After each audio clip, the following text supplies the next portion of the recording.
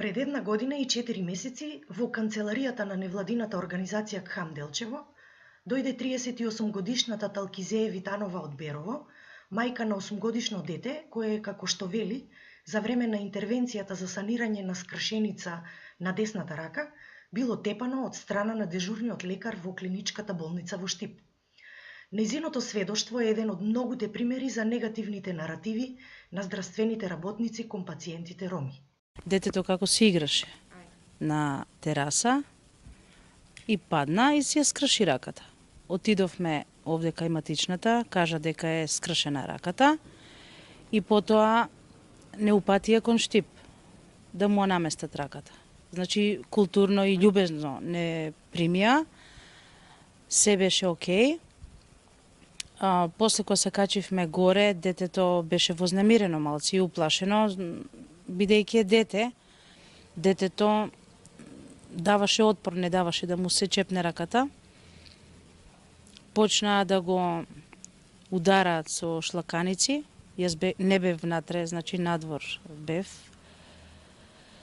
и влегов внатре. Кога влего, слушнав детето како писка и ме вика, мамо влези, вика.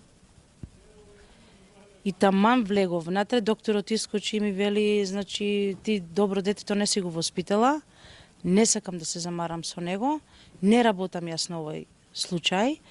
И после дојде друг доктор. Значи му наместија раката, ама значи кратка беше анестезијата. Значи проба без анестезија, првиот пат, вториот пат со анестезија, значи ни да почекаат за да почне анестезијата да делува.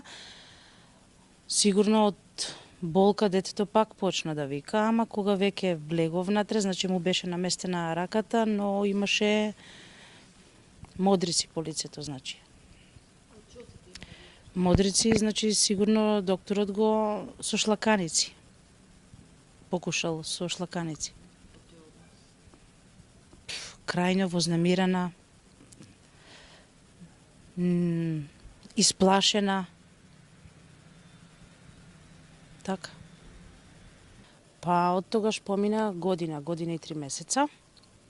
Детето има страв уште и сега кога одиме на доктор, значи одам со несигурност.